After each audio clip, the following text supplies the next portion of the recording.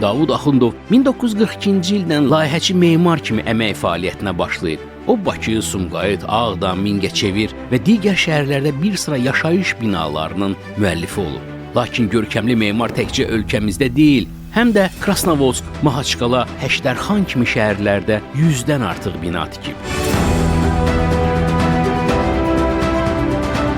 Bu qədər binalar tikməsinə baxmayaraq, Davud Axundov daha çox Azərbaycan memarlığının tarixçisi kimi xatırlanır. O qədim Azərbaycan memarlığı ilə bağlı bir çox elmi əsərin müəllifidir. Görkəmli alim Qafqaz Albaniyasında bütpərəstlik və xristianlıq dövrü memarlığının ilk tədqiqatçısıdır.